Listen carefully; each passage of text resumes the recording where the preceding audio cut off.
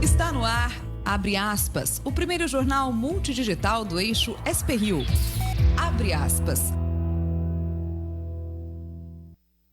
Quarta-feira, 1º de julho, ao vivo pelos Facebooks da SP Rio Mais e do Jornal Vale, está no ar o Abre Aspas, direto dos estúdios da SP Rio Mais, no Jardim Aquários, em São José dos Campos, São Paulo. Os destaques desta edição: governo prorroga auxílio emergencial por 2 meses. Reitor do ITA é cotado como favorito para assumir Ministério da Educação. RM Vale ultrapassa a marca de 7.000 casos de coronavírus. Idoso é resgatado de trabalho escravo em São José dos Campos. Essas e mais notícias agora no Abre Aspas.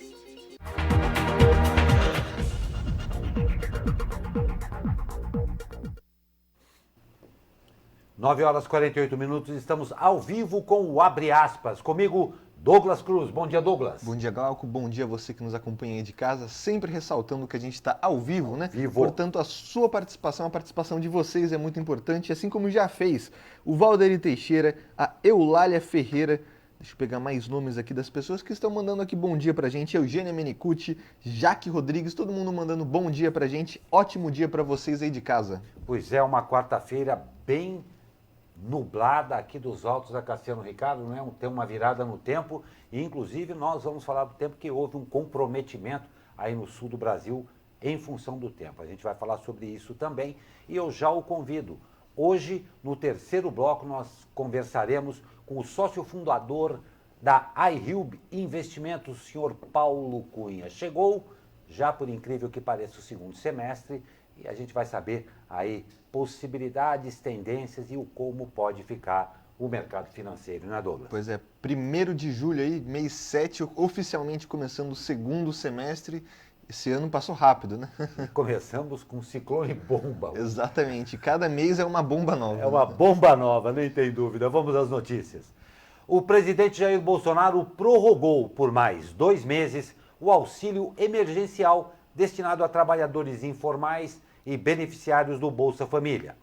De acordo com o ministro da Economia, Paulo Guedes, a proposta é que sejam pagas mais 4 parcelas em 2 meses, que somarão R$ 600 por mês. O pagamento deverá ser feito da seguinte maneira: R$ 500 no início do mês e R$ 100 no fim do mês. Na última parcela, R$ 300 no início do mês e R$ 300 no fim do mês. O decreto, no entanto, não especifica se será essa a fórmula antecipada pelo ministro ou simplesmente se o governo irá pagar 2 parcelas de R$ 600. Pois é, Glauco, ontem na coletiva de imprensa da cerimônia dessa assinatura da prorrogação do auxílio emergencial, o ministro da Economia, Paulo Guedes, disse que o governo tinha 2 opções: ou prorrogar aí, diminuir o valor cheio, ou continuar com esse valor cheio, mas dividir as parcelas, porque segundo ele o governo não teria condições aí de bancar esse valor de R$ 600, que é um valor alto para o governo que custa quase 50 bilhões por mês, não teria condições de pagar tudo isso de uma vez. Então ele dividiu o valor dessas parcelas e garantiu o auxílio emergencial por mais 2 meses. Falava-se muito que o governo não teria mais condições de pagar essa parcela, então nós temos que ficar sim atentos, principalmente à inflação nos próximos meses, para ver se esses 50 bilhões de reais gastos mensalmente não trarão aí um déficit muito grande no nosso governo. Pois é, parece que o déficit não tem como não acontecer. Lembrando mais uma vez que o governo não está dando nada. Esse dinheiro já foi pago em impostos por todos os cidadãos. Portanto, nós temos que ficar atentos, porque isso significa que esse dinheiro terá que voltar para o governo e adivinha quem vai pagar? Claro, somos nós. Então, tempos difíceis pela nossa frente aí e a gente precisa ter muito cuidado. E o que o Douglas falou é verdade. Fazer, sim, um patrulhamento ostensivo sobre os preços, sobre os supermercados, e alguns andam aumentando mesmo, e você já sabe disso, então a gente tem que ficar muito atento. Mas não esperemos brisa pela frente, Pois é. E o ministro da Economia, Paulo Guedes, anunciou o novo programa de Renda Brasil, que irá substituir o Bolsa Família e unificará programas sociais. O ministro não detalhou quais pessoas podem receber esse novo benefício, apenas que ele pode atingir mais brasileiros. Entretanto, pessoas ligadas ao governo informaram que o Renda Brasil poderá incluir o Bolsa Família, auxílio emergencial, abono salarial, seguro-defeso e a farmácia popular. Atualmente, o programa Bolsa Família custa menos de 3% do investimento federal e representa 0,5% do PIB brasileiro. Pois é, Glauco. Esse anúncio na coletiva de ontem foi muito interessante por parte do ministro Paulo Guedes, que começou a detalhar esse programa que, segundo ele, será revolucionário, Renda Brasil, que vem para substituir o Bolsa Família. Vamos ver aí nos próximos dias como será a tramitação, a criação, porque a gente sabe que o Bolsa Família, quando a gente fala nesse assunto, a gente fala de milhões de pessoas. Então a gente tem que tomar muito cuidado e acompanhar de perto aí o trabalho do ministro Paulo Guedes. E Glauco, algumas participações aqui. A Jaque Rodrigues, que mandou bom dia pra gente, ainda fala aqui: a vacina da H1N1 está liberada para todos. Realmente ela foi estendida aqui, o prazo de vacinação aqui no estado de São Paulo. Ana Souza manda bom dia e fala: tô aqui, não esquece de mim. Não tô esquecendo não, Ana Souza. Ainda comenta, né? No Brasil, ninguém morre de tédio. Isso é um fato, que aqui no Brasil ninguém morre de tédio mesmo. A Pati Regina manda bom dia. O José Jofre falando aqui que a gente está falando mal aqui do auxílio emergencial. Jamais a gente fala sempre o que é bom. Esse auxílio emergencial comprovadamente tirou muitas pessoas da pobreza nesse período aí de quarentena social, mas a gente ressalta que sempre a gente tem que ver o lado do copo vazio, o lado do copo cheio, né? Sempre os dois lados da moeda. Não tem a menor dúvida. Indiscutivelmente, de tédio é quase impossível morrer no Brasil. Mas o que mata muito nesse país, indiscutivelmente, é o desgosto. Isso mata demais. Uma pequena lembrança: o PIB brasileiro está absolutamente comprometido com tudo isso que aconteceu ou que não aconteceu no primeiro semestre desse fatídico 2020. E o que a gente gostaria mesmo é um plano em que um país como o nosso, do tamanho do nosso, com os recursos como o nosso, não precisasse de Bolsa Família, auxílio emergencial. Isso que a gente gostaria. O auxílio emergencial foi em função da pandemia. Mas o Bolsa Família, claro, milhões de pessoas, infelizmente, dependem disso daí. A gente espera, eu com certeza não vou ver, mas eu espero que um dia o país não tenha mais isso. Glauco, um comentário interessante aqui do nosso comentarista do dia, comentarista convidado, o doutor Sebastião Domingos, que já está aqui na nossa live ao vivo falando, né? O único problema é que o governo não tem esse dinheiro. Vai ter que pegar emprestado ou aumentar os impostos. Está aí a opinião do nosso comentarista convidado, que daqui a pouco já vai dar uma palhinha aqui pra gente. Obrigado, doutor. Não tem a menor dúvida. Se não tem, vai pegar emprestado. Uma coisa é fato. Adivinha quem vai pagar? Continuando. Carlos Alberto Decotelli não resistiu 5 dias no cargo de ministro da Educação. Antes mesmo de tomar posse, o professor pediu demissão após uma série de denúncias sobre informações falsas em seu currículo. A nomeação de Decotelli, que parecia promissora, ficou, claro, insustentável. Ele chegou a ter um encontro na segunda com o presidente da República. Tentou se explicar, mas não convenceu. Bolsonaro chegou a elogiar Decotelli em rede social, mas também destacou o equívoco que cometeu. Anderson Ribeiro Correia, atual reitor do ITA, o Instituto Tecnológico de Aeronáutica, é o nome mais forte entre os cotados para assumir o Ministério da Educação. O próximo ministro da pasta será o 4º do governo Bolsonaro em 1 ano e meio de gestão. Trata-se aí de um cenário inédito de trocas em período tão curto.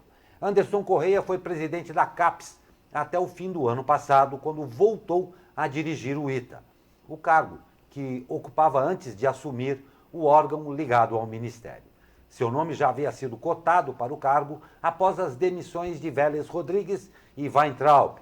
Ele é evangélico, do meio militar e tem perfil técnico, o que atenderia o objetivo atual do governo para a pasta. Pois é, Glauco, nesse caso aí do Anderson Correia, para quem acompanha aqui o Jornal Abre Aspas há tempos, né, a gente noticiou desde o começo do ano essa volta aí do reitor ao ITA, que nos termos antigos da posse de reitoria ele não poderia assumir o instituto, porque ele veio de um período aí que ele era reitor do ITA, depois ele foi para a CAPES e depois retornou ao ITA, o que segundo os imbrólios técnicos não poderia acontecer. Na época, nós aqui do Abre Aspas noticiamos que então o Ministério da Educação fez aí uma nova portaria somente para o Anderson Correia poder reassumir ao ITA. Enfim, não é a primeira vez que falamos que ele é cotado ao MEC, né? Antes do Abraham Weintraub, ele também era cotado ao MEC. Vamos aguardar as próximas decisões do governo, porque já o próximo ministro que assumir vai ter uma bomba na mão, né? Quando vai ser o Enem? A gente sabe que um questionário está sendo feito aí, foi feito até ontem, na verdade, né, para os estudantes que estão inscritos na prova, mas enfim, quem assumir já vai ter uma bomba na mão. Pois é. Agora sim, vamos à opinião do comentarista convidado, doutor Sebastião Domingues. Muito bom dia, doutor. Bom dia a todos, bom dia Douglas, bom dia Glauco, bom dia internautas da SP Rio+. Bom, 3 assuntos, né? O primeiro deles é o número de desempregados, né, que está começando a assustar as pessoas, apesar de muitas empresas estarem segurando as demissões na expectativa de uma retomada e também para não perder o funcionário, que dá trabalho você treinar e ter um funcionário que trabalhe de acordo com os seus padrões. O segundo problema foi a questão da ajuda emergencial, que houve uma quebra de braço entre o governo, que queria pagar 500, 400 e 300, quer dizer, cada mês com uma diminuição progressiva, e o Congresso bateu o pé, disse que tem que ser 600, continuar 600 todo mês, né? E ninguém, na verdade, está se importando muito com o rombo que isso vai causar nas contas públicas, que vai ser bem grande, né? E o terceiro assunto, aquele assunto que dá vergonha alheia, né? É daquele que foi sem nunca ter sido, ou aquele que não foi sem nunca ter sido. Uma confusão dessa aí, que é o ministro da Educação, o tal do Decotelli, né? Quer dizer, como é que a pessoa apresenta currículos com informações que não condizem exatamente com a verdade. Ele pretende ser ministro da Educação. São 3 ministros em 1 ano e meio.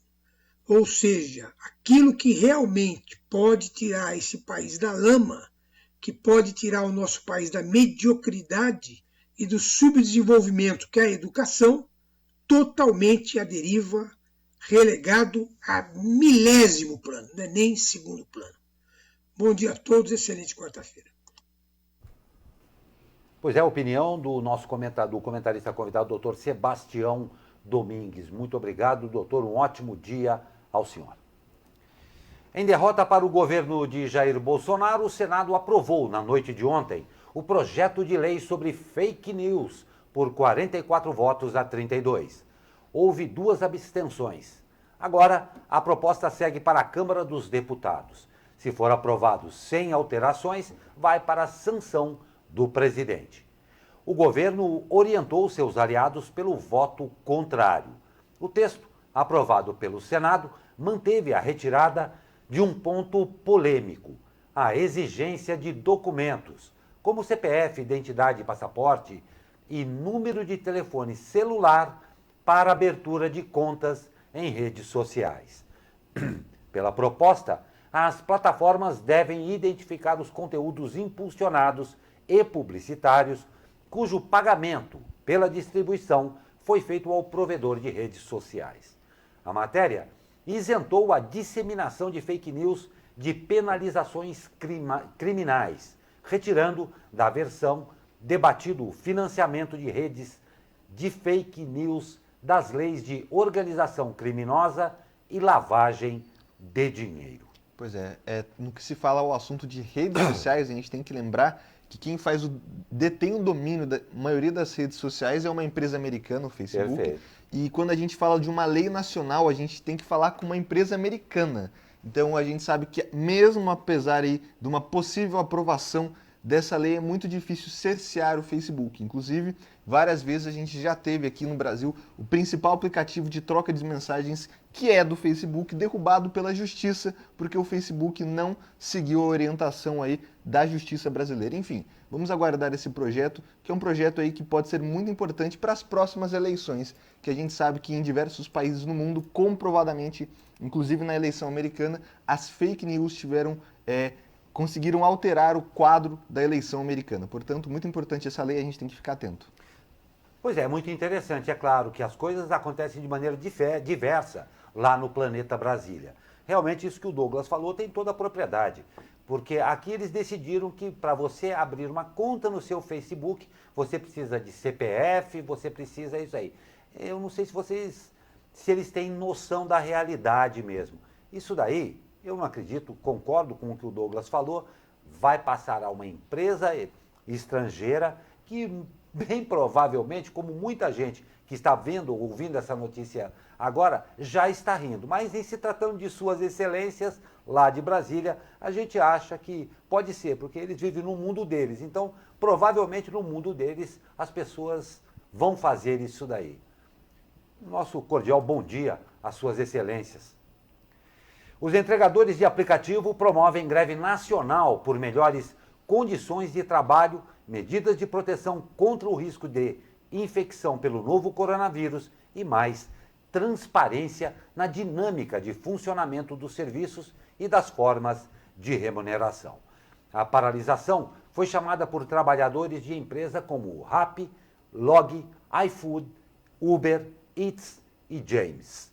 Os organizadores argumentam que o movimento foi construído por meio da interlocução por grupos na internet. Os entregadores cobram o aumento das taxas mínimas recebidas por cada corrida e o valor mínimo por quilômetro. Atualmente, eles são remunerados por corrida e pela distância percorrida. Douglas, aí acho que já é exatamente um sinal dos tempos, né? Exatamente. Essa pandemia acabou revelando, em primeiro lugar, claro, a eficiência deles e a importância que eles acabaram assumindo. Claro que no aumento do trabalho, as fragilidades foram expostas. Então está aí uma reivindicação, né? Exatamente. Lembrando que eles não estão reivindicando nem ali, como a gente fala, melhores condições de trabalho. Eles só querem um reajuste na tarifa. Portanto, a gente ainda, aqui na redação, não conseguiu monitorar como é que está o movimento dos aplicativos aqui em São José dos Campos hoje, mas com certeza ao longo do dia vai ser possível, principalmente aí na hora do almoço, né, monitorar para ver como é que está essa paralisação, essa greve, dessa reivindicação aí dos motoboys que estão sendo fundamentais nesse período que os restaurantes aí estão impedidos de serem abertos. Um parênteses aqui, nós esperamos, e claro, fazemos todos o voto, toda reivindicação justa é necessária dentro da civilidade, dentro da democracia e dentro da ordem. E a gente gostaria de também lembrar a todos os motoqueiros e motoristas e as pessoas, os profissionais que trabalham de entrega dos apps aí, que não se esqueçam também que o trânsito é para todos. Nós sabemos da sua emergência, nós sabemos da sua pressa, da sua necessidade em ganhar mais, mas o respeito às leis de trânsito e principalmente ao barulho é imprescindível por todos. Então, boa sorte nas reivindicações de vocês e não se esqueçam que antes de aí, funcionários e entregadores dos aplicativos, os senhores também são cidadãos e cidadãs brasileiros, tá bom? Vamos lá. E o Brasil registrou 1.280 novas mortes por Covid-19 no boletim diário divulgado nesta terça-feira pelo Ministério da Saúde. Com um acréscimo no total de mortes, o país se aproxima de 60 mil vítimas fatais da doença. São 59.594. Também foram confirmados 33.846 novos casos da doença, elevando o total para 1.402.041 pessoas infectadas. O Ministério estima que 56,3% já tenham se recuperado, contingente que representa cerca de 790 mil pessoas. Pois é, Glauco, a gente está indo aí para a quinta semana com números na terça-feira maiores aí que 1.280 mortes, como você está vendo aí na sua tela, se aproximando aí dos quase 1,5 milhão de casos, quase 60 mil mortes. É impressionante como essa pandemia atingiu o nosso país e a gente espera que nas próximas semanas esses números de mortes confirmadas na terça-feira venham a cair, porque a gente sabe que a terça-feira é um dia-chave para esse balanço do coronavírus, para que finalmente a gente possa ter essa curva começando a cair, né? Porque impressionante como essa doença está atingindo o nosso país. E Glauco, alguns comentários aqui dos nossos internautas. O doutor Sebastião, nosso comentarista, está ativo aqui na nossa página, falando aqui que considerando aquele caso do ministro da Educação, né? Considerando que a educação mais importante e realmente formadora do país é a educação básica, melhor seria um educador de base. A Simone Vilas Boas manda aqui bom dia pra gente. E a Ana Souza, que está participando ativamente, ainda comenta aqui: sou fã do Glauco Turzi e comentários sensatos, manda aqui falando sobre o desemprego, né? A previsão para agosto é de quase 29 milhões de desempregados. Continuem participando aqui conosco ativamente do Jornal Abre Aspas. Obrigado. Muito obrigado pela participação de todos vocês. E Ana, nasceram flores no meu ego. Muito obrigado. Mas aqui somos uma grande equipe, mas eu agradeço muito também, claro, em nome de toda a equipe do Abre Aspas, tá? Nós vamos a um rápido comercial e voltamos também com as notícias regionais. Fique com a gente.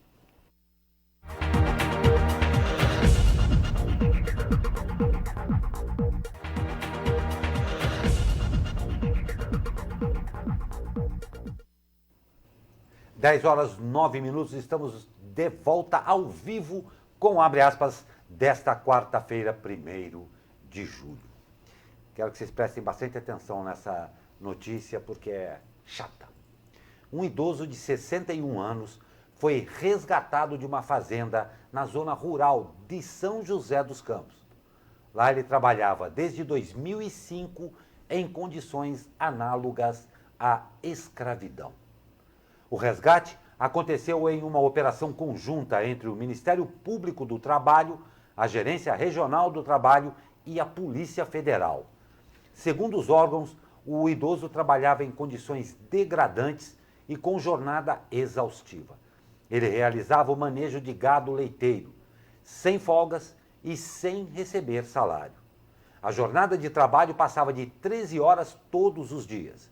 O senhor ainda morava com a mãe, de 87 anos, em uma casa dentro da fazenda. Porém, a casa não tinha fornecimento de água, não tinha forro no teto e, com isso, ele e a mãe tinham que dormir embaixo de lonas quando chovia. Segundo vizinhos, eles precisavam de ajuda e doações para se alimentar. A Polícia Federal prendeu em flagrante o proprietário da fazenda, que afirmou que pagava salário por produção e dava cestas básicas. Porém, não apresentou recibos ou qualquer evidência que provasse. Segundo a Polícia Federal, a pena para esse tipo de crime é superior a 4 anos de prisão. Por isso, a fiança deve ser arbitrada por um juiz. O empregador, que não é réu primário, encontra-se preso. O Ministério Público do Trabalho vai entrar com uma ação civil pública para buscar a reparação de todo o período que o idoso trabalhou sem receber salários e pedir pagamento por dano moral pela condição de trabalho e moradia. Que absurdo isso, hein, Douglas? Glauco, a gente está falando em 2020 em São José dos Campos, uma das cidades mais desenvolvidas do Brasil. Ainda tem caso disso aí, ó, trabalho escravo de idosos. Então, assim, é uma notícia que choca, né? Choca. No nosso portal aí está sendo uma das mais visualizadas do dia.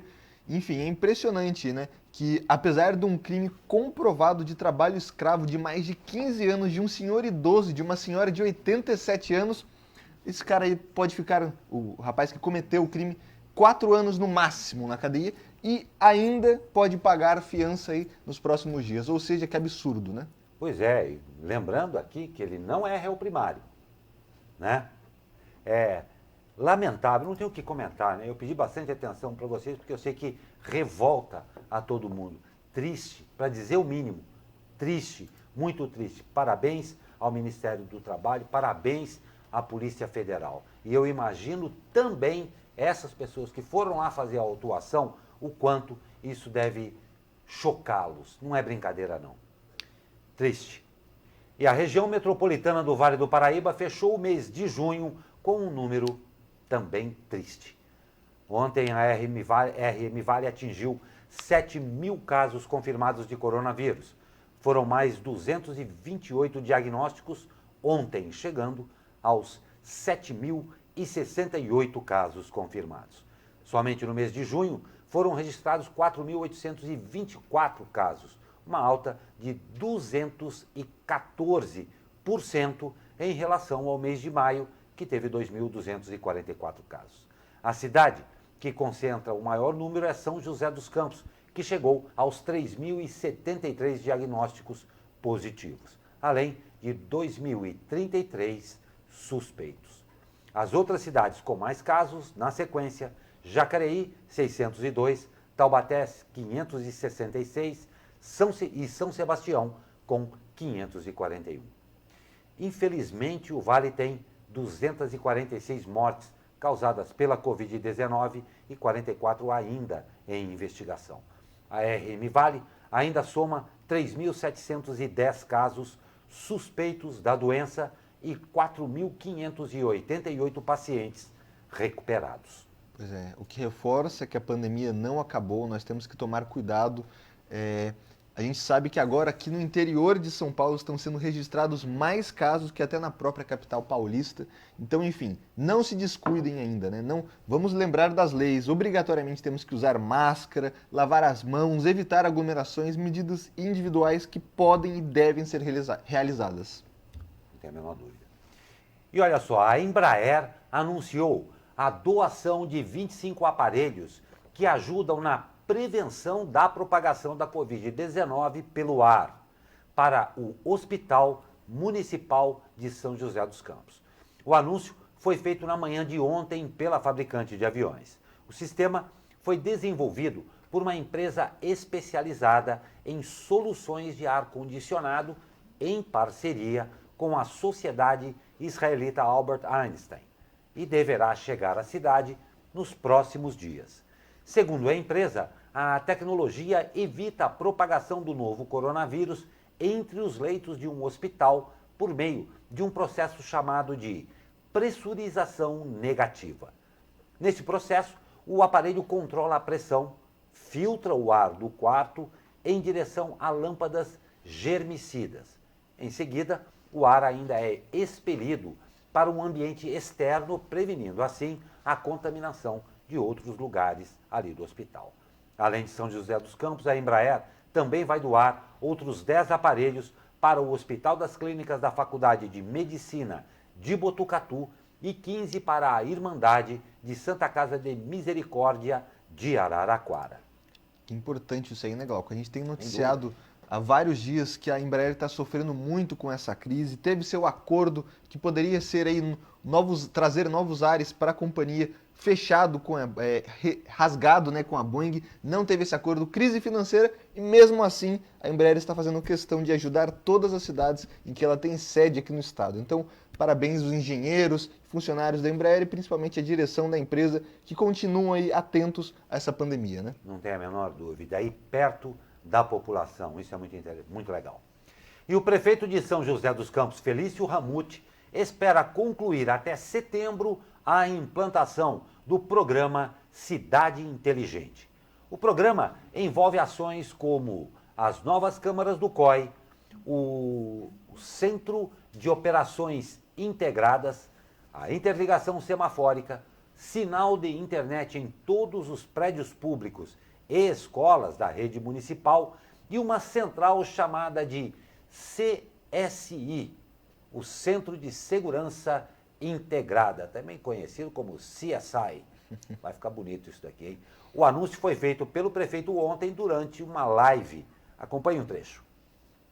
Nós vamos ter todas as escolas com uma nova rede de conexão à internet, Wi-Fi em mais de 800 salas de aula, com Wi-Fi potente em mais de 800 salas de aula, interligação em 150 prédios administrativos da prefeitura, além das 60 UBSs e hospitais, além das todas as casas do idoso, que também terão Wi-Fi para quem frequenta as casas do idoso, e as 1000 câmeras inteligentes. Tudo isso sendo prestado pela Americanet, o Serviço de Cidade Inteligente. A nova central de segurança e inteligência, alta tecnologia para que a gente possa melhorar a educação das nossas crianças com acesso potente à internet, a área administrativa da prefeitura e também a segurança com as câmeras inteligentes, com detector de face, detector de placa, uma série de implementações tecnológicas para garantir a segurança e acessibilidade à internet.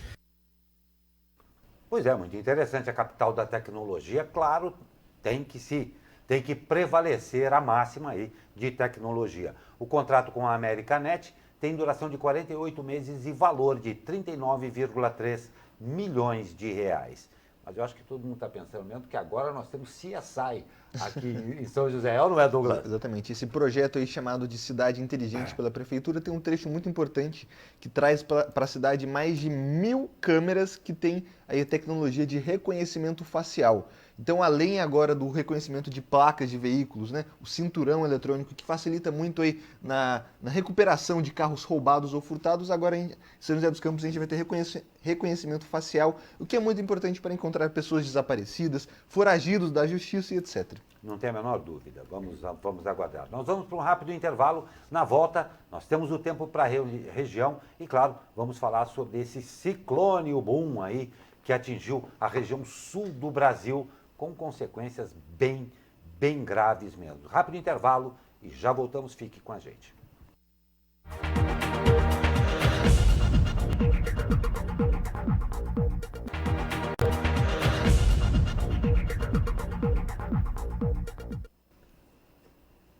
Dez horas 21 minutos, estamos de volta com o Abre Aspas desta quarta-feira, já 1º de julho. E claro, a gente está muito atento ao tempo, porque, como se não bastasse, agora temos um ciclone aí no sul do país. Vamos saber por aqui como é que fica o tempo com ele que sabe tudo disso aí, nosso caro, grande amigo Caio Souza. Fala aí, meu amigo! Fala, Glauco Turzi, muito bom dia. A passagem de um ciclone pelo oceano deve influenciar as condições do tempo hoje aqui na nossa região. O dia será de céu predominantemente nublado e os ventos soprarão com intensidade moderada, ocasionalmente forte ao longo de todo o dia. Atenção principalmente ao litoral norte. Por lá, os ventos podem causar estragos, inclusive prejudicar a travessia de balsas entre São Sebastião e Ilhabela. As temperaturas ficarão amenas aí, na casa dos 22 graus no Vale do Paraíba, 21 em São Paulo e no litoral, e 16 na Serra da Mantiqueira. Pode haver chuva, mas as chances são bem pequenas, e caso ocorra, elas deverão ser de fraca intensidade em pontos isolados. A partir de amanhã, os ventos vão soprar de quadrante sul, e isso sim pode provocar chuva. As chances são maiores, mas a previsão segue com chuvas de fraca a moderada intensidade. A partir de amanhã também as temperaturas entrarão em declínio. A máxima, por exemplo, no Vale do Paraíba não deve passar dos 18 graus. Caio Souza, direto da Sala de Operações do Tempo Vale, para o jornal Abre Aspas. Pois é, Caio Souza, vamos nós aí, porque está todo mundo preocupado, além de tudo, também com o tempo agora. E eu lembro a você que logo mais nós já estamos aqui em contato, como nós vamos conversar com o senhor Paulo Cunha, o sócio fundador da iHub Investimentos, vai falar sobre bolsas de valores e aí as pretensões para este segundo semestre. E claro, a entrevista ao vivo, você pode participar também, tá? E a região sul do Brasil foi atingida por um fenômeno chamado de ciclone bomba nesta terça-feira. Segundo meteorologistas, trata-se de um tipo de ciclone extratropical com maior intensidade. O ciclone é chamado de ciclone bomba quando a pressão atmosférica no seu centro cai muito, ali por volta de 24 hectopascal, que é a medida para esse tipo de pressão nos ciclones em um período de 24 horas. Hoje, a pressão do ar deve cair ainda mais no centro do ciclone. Há alerta para ventos entre 60 e 80 quilômetros, na maioria nas áreas da região sul. Algumas cidades do sul e leste do Rio Grande do Sul podem ter rajadas de até 100 km por hora. A Marinha alerta também para mar muito agitado no litoral da região, com risco de ressaca entre Rio Grande do Sul e Florianópolis. Em Santa Catarina, 3 pessoas morreram e uma está desaparecida. E para o litoral norte, a Marinha do Brasil emitiu alerta também para a chegada de ventos fortes, mar agitado e ressaca com ondas de até 2,5 metros na região sudeste. A previsão é que a ventania ultrapasse os 60 quilômetros por hora. A previsão vai desta sexta-feira até domingo. Sábado deve ser o dia do pico da agitação marítima e toda a costa fica com o mar agitado e ondas com até 2,5 metros. No domingo a situação deve ser semelhante, com o mar bastante agitado e com grandes ondas. Elas devem começar a baixar aí só no decorrer da segunda-feira. Uma situação bem grave. Exatamente. Estou aqui ao vivo aqui no site da Dersa, né, de São Sebastião, que realiza essa travessia de balsas, né? Nesse momento a travessia de balsas está funcionando, mas já na madrugada de ontem, devido aos ventos fortes, chegou a ser interrompida. Tem um aviso aqui de maré baixa, exatamente essa maré baixa que antevém a ressaca, né? Então, nesse momento, a travessia de balsas entre São Sebastião e Ilhabela está operando com maré baixa, impossibilitando, então, o transporte de veículos pesados, como carretas, ônibus e caminhões. Portanto, muita atenção aí do litoral norte, quem pretende realizar essa travessia de balsas e também aí ficar nessas cidades litorâneas.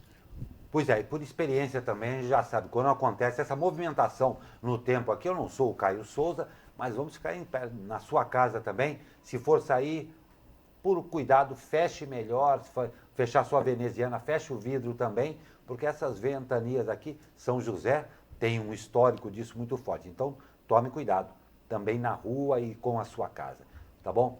Pois é, e nós estamos chegando, como a gente começou falando aqui, num segundo semestre que parece que o primeiro não existiu na parte boa, né, Douglas? Exatamente. Parece que o ano foi cancelado aí de março até agora, né? Estamos aí já em junho, agora entrando em julho, oficialmente segundo semestre.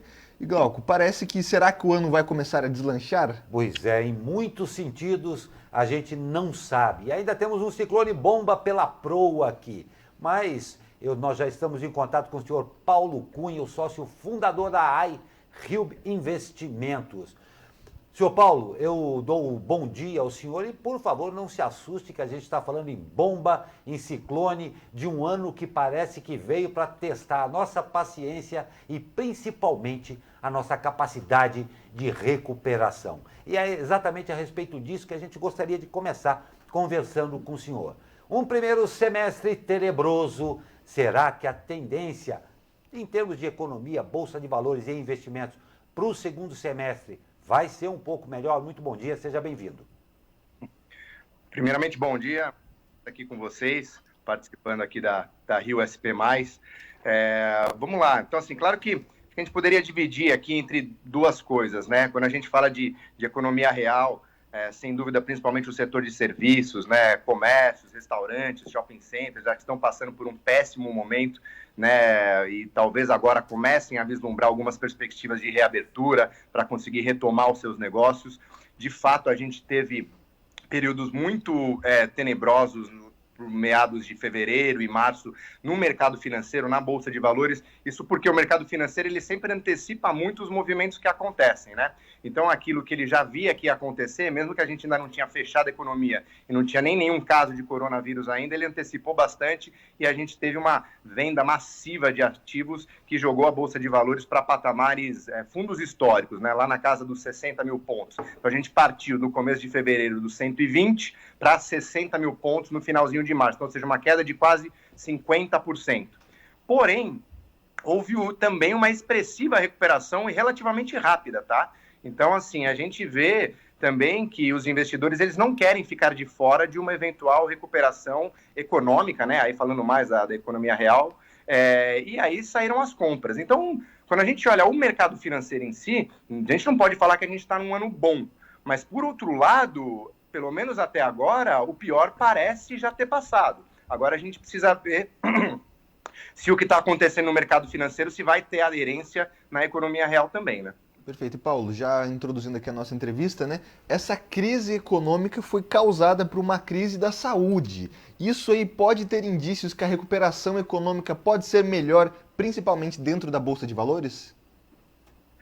É porque, vamos lá, quando a gente fala de Bolsa de Valores, a gente está falando ali da nata das empresas que existem no país, né? Então, a gente está falando de empresas muito capitalizadas, que têm acesso a crédito facilmente, têm acesso ao mercado de capitais para emitir dívida, né? Então, assim, se tem algumas empresas que vão quebrar nessa crise, não vão ser elas, pelo menos não de início, né? Então, claro que isso já coloca a Bolsa de Valores como assim, pô, se eu for investir em alguma coisa, é melhor eu investir numa grande empresa que eu sei que vai superar a crise do que num pequeno estabelecimento que talvez não aguente ficar 4, 5, 6 meses fechado, né? Então, acho que isso aí é um ponto a ser observado.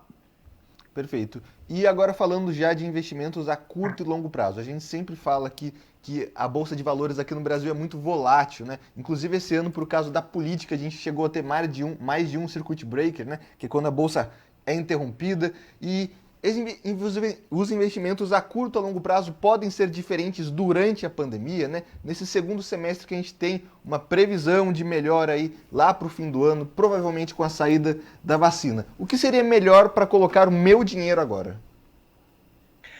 Vamos lá. Isso é uma pergunta de $1 milhão, né? Exatamente. Então, um pouco de acertar assim, a bala de prata. Mas vamos falar um pouco assim de setores, vai? Então, setores que sentiram mais essa crise, que estão com papéis mais desvalorizados, isso pode indicar uma oportunidade ou não, né? E agora papéis que, pelo contrário, até meio que ganharam com essa crise toda. Então, vamos lá, em dois extremos a gente tem, primeiro, o que tem mais peso no índice seria o setor financeiro. Então, quando a gente está falando, estamos falando dos bancos. Então, os bancos, eles estão com as ações ainda, né, num preço bem desvalorizado quando a gente compara com relação ao índice, ou seja, com relação à média das ações. Então, os grandes players como Itaú, Banco do Brasil, Bradesco, né, sofreram bastante por temores de que a gente vai ter um calote maior, né, que se reflete no balanço pela rúbrica PDD, que na prática também significa lucros menores, né, por também aumento da concorrência e principalmente porque o governo está precisando dar muito subsídio para algumas empresas, está precisando, né, fazer políticas sociais, né, dando dinheiro diretamente mesmo para as pessoas poderem sobreviver, e aí agora começa a pensar assim, bom, da onde eu vou tirar todo esse dinheiro? E aí já começa, bom, vamos ver quem tem dinheiro aqui, os bancos, então vamos taxar aqui, vamos começar a aumentar a alíquota de tributação, e essa conversa que está acontecendo no Congresso, ela de fato está deixando uma nuvem negra em cima do setor financeiro, em cima dos bancos. Por outro lado, quando a gente pega empresas que são mais do setor de tecnologia e principalmente as varejistas, elas estão num preço até mais alto do que antes da crise. Então, Magazine Luiza, Via Varejo, né, que seria Casas Bahia, Lojas Americanas, essas empresas que têm um e-commerce já bem estabelecido, suas plataformas, né, já são reconhecidamente, né, funcionais, vamos dizer assim, elas acabaram sendo preferidas pelos investidores, viraram queridinhas nesse momento, né? Porque são empresas que muito provavelmente vão conseguir suportar suas lojas físicas fechadas, porque ela tem um segmento, né, digital de e-commerce que vai, né, conseguir suportar suas receitas. Então, esses papéis já estão até assim bem valorizados. Quem compra hoje, né, papéis dessas empresas já está pagando, né, o preço de uma empresa com boas perspectivas futuras. Então, a gente poderia colocar nesses dois extremos. No meio do caminho, você tem empresas de commodities, né, como Petrobras, Vale, que até tiveram alguma recuperação, mas poderiam ter mais espaços para continuar maiores altas, né? E empresas também no segmento das indústrias metalúrgicas, né, que aí também se valorizaram, recuperaram um pouco, mas estariam ali no meio do caminho, então poderia também ter alguma oportunidade. Então acho que esse seria um panorama mais geral aí quando a gente está falando das ações que a gente tem disponíveis para comprar na Bolsa de Valores. Pois é, Paulo, um fato interessante. O brasileiro, ainda perto de outros mercados, outros países, ele ainda é tímido no caso de operação na Bolsa de Valores.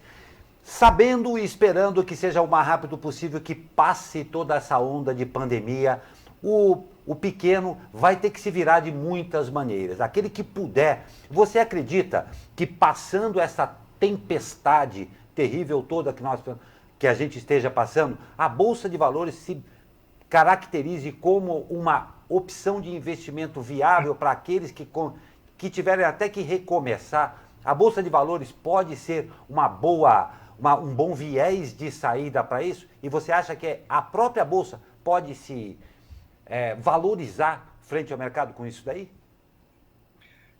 Vamos lá, eu acredito que sim, tá? E aí por quê? Primeiro que a gente não tem muita alternativa. Exatamente. Então a Bolsa não poderia ser uma alternativa, talvez ela seja a única. Quando a gente está falando que a renda fixa está pagando juros de 2%, 3% ao ano, e o brasileiro está acostumado com 1% ao mês, então você já vê aí, né, que assim, se você quiser ter um rendimento um pouquinho mais interessante, obrigatoriamente você vai ter que correr um pouco mais de risco, e aonde estaria esse risco, né, as maiores oportunidades, sem dúvida, está na Bolsa de Valores. Foi curioso até, né, você falar isso, mas quando começou essa crise toda, e de uns meses para cá, o que a gente viu, na verdade, foi um aumento, tá, de investidores na Bolsa. Então, você tem um aumento de CPFs, né, a gente já superou a marca de 1 milhão de CPFs na Bolsa, então, ou seja, um rompimento histórico, né, do número de investidores, né, na Bolsa, isso é bem interessante, e até, curiosamente, também, investidores com um perfil de renda um pouquinho menor, né, mais jovens e um perfil de renda um pouco menor. Então, talvez uma nova geração, né, que não foi aí viciada para os juros tão altos na renda fixa, que devem começar a investir na Bolsa de Valores. Então, assim, sem dúvida, né, eu vejo a Bolsa de Valores nos próximos anos como uma alternativa muito interessante, se não a mais interessante, para que você consiga formar um patrimônio, uma poupança, sua aposentadoria de longo prazo, né? Assim como é nos mercados desenvolvidos. Então, é para isso também que a gente aposta e que a gente torce. Seria muito saudável, tá? Se isso fosse persistente ao longo dos próximos anos. Pois é, esperamos todos que seja esse o novo normal, né? Exatamente. Porque a gente tem ouvido falar tanto, né, Paulo? Ótima notícia, isso daí, muito boa notícia do aumento aí substancial dos CPFs de operação na Bolsa de Valores e realmente que o novo normal inclua a Bolsa de Valores aí, não é, Douglas? Exatamente, o Paulo já deu várias dicas aqui pra gente, mas agora se você quiser realmente investir de fato na Bolsa, procure uma pessoa aí como Paulo Cunha, investidor especializado na Bolsa de Valores. Obrigado por participar aqui do Jornal Abre Aspas com essas dicas valiosas pra gente, Paulo. Obrigado.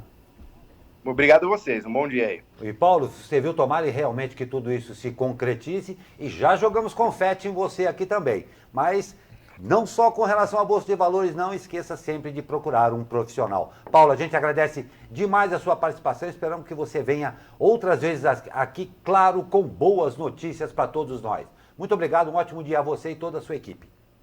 Obrigado, sempre que precisar estamos aqui, um grande abraço. Obrigadão. Pois é, não é, Douglas? Vamos ver se o novo normal aí acontece essas coisas de bom, porque como nós estamos precisando de notícias boas aí. E vamos de esporte. E a Taça Rio entra na sua fase decisiva. Já classificado para a semifinal do torneio, o Flamengo enfrenta hoje o Boa Vista, às 21h30, lá no Maracanã. O Botafogo, mesmo contrário à volta do futebol, enfrenta hoje a Portuguesa, também às 21h30, no estádio Luso Brasileiro. Os botafoguenses precisam vencer para garantir vaga na semifinal da Taça Rio. Além dos dois jogos, Bangu e Cabo Friense se enfrentam às 15h15 no estádio Moça Bonita. As duas equipes não têm mais chances de classificação para a próxima fase. Nesta terça-feira aí, o craque, olha só que legal, Lionel Messi, marcou o seu gol número 700. É bastante, hein? O 700 na sua carreira profissional, ali durante o empate de 2-2 entre Barcelona e Atlético de Madrid. Dos 630 foram marcados pelo Barcelona, o único time que ele defendeu na carreira. Os outros 70 foram pela seleção argentina. Nem me lembre, né, Douglas? Exatamente. Pois é. Mesmo com a marca, Messi é apenas o terceiro jogador sul-americano a chegar à marca de 700 gols em jogos oficiais. Os dois primeiros são nada mais, nada menos que Pelé e Romário. Pois é, atualmente no futebol mundial a gente só tem dois jogadores que marcaram mais de 700 gols, são Cristiano Ronaldo e Lionel Messi. Então tá aí uma disputa saudável, né? Que o que a gente quer ver mesmo aqui é gols, mas com 33 anos agora na carreira, vai ser muito difícil o Lionel Messi passar os nossos reis aqui, Romário e Pelé, né? Não tem dúvida. Um destaque ao grande rei Pelé, que está aí em algumas dificuldades, mas com 1000 gols, 1000 e alguma coisa de gols, uma referência histórica como pessoa e também para o esporte mundial e principalmente ao Brasil, claro. E olha só, aquela notícia que eu adoro dar.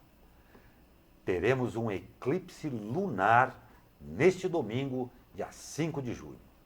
E olha, desta vez será um eclipse penumbral. Não precisa ficar assustado, porque não é nada assustador, não. O último aconteceu no dia 5 de junho, mas não foi visível no Brasil.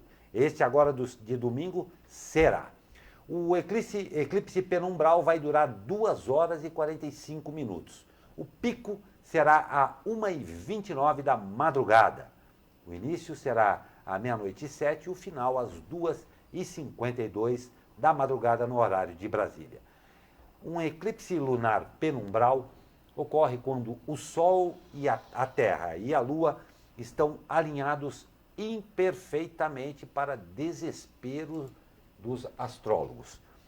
Quando isso acontece, a Terra impede que parte da luz do Sol alcance diretamente a superfície da Lua e que acaba cobrindo toda ou parte da Lua com a parte externa da sua sombra, a Terra, também conhecida como penumbra.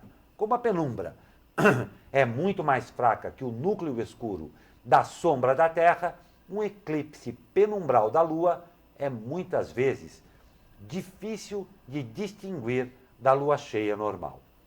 Se o tempo estiver fechado onde você está, tem a facilidade hoje em dia de assistir ao fenômeno por uma transmissão ao vivo que você consegue aí na internet. Uma explicação meio difícil do eclipse penumbral, que é um penumbro, né? Um penumbro que fez sombra, mas é a penumbra, que a penumbra se chama umbra, mas fica aí um programa a mais aí. E vamos ver também, porque parece que o tempo vai estar bem fechado por aqui, vai ser difícil de ver, né? Exatamente, esse fim de semana está programado chegar aqui no Vale do Paraíba esse ciclone bomba, né? A gente espera que, obviamente, com menos força, né? O que aconteceu lá em Santa Catarina foi muito forte, realmente. Mas, enfim, para quem gosta aí, tem um ponto de observação legal, ou tá com a internet em dia aí, vale assistir para o fim de semana, né, Glauco? Não tem dúvida. Vamos ver os fenômenos maravilhosos que a natureza nos reserva e que às vezes a gente perde porque está dormindo. Pois é, com essa notícia a gente termina o Abre Aspas desta quarta-feira aqui dos Altos da Cassiano Ricardo. Parece que o tempo deu uma trégua, o solzinho resolveu aparecer um pouco, mas tome cuidado que os ventos aí podem chegar a qualquer momento. Tá bom? Douglas, um ótimo dia para você, muito obrigado. Eu que agradeço, Glauco. Eu agradeço também a quem participou ativamente aqui com a gente do Abre Aspas, como a Simone Vilas Boas, doutor Sebastião. A Simone ainda falou, né, sobre aquele caso que a gente viu no segundo bloco de um senhor que estava sendo colocado em trabalho análogo de escravidão. A terceira cidade para melhor se viver no Brasil vive acontecendo isso. Revoltante, realmente. Muito obrigado pela sua participação. Simone Ana Souza, Jaque Rodrigues, o pessoal tudo comentando aqui na nossa live. Muito obrigado pela participação de vocês aí de casa, do trabalho ou de onde seja. Exatamente. Muito obrigado por tê-los aqui, principalmente por ter o privilégio da sua audiência. Amanhã estamos de volta com mais um Abre Aspas. Ótima quarta-feira para você e até amanhã.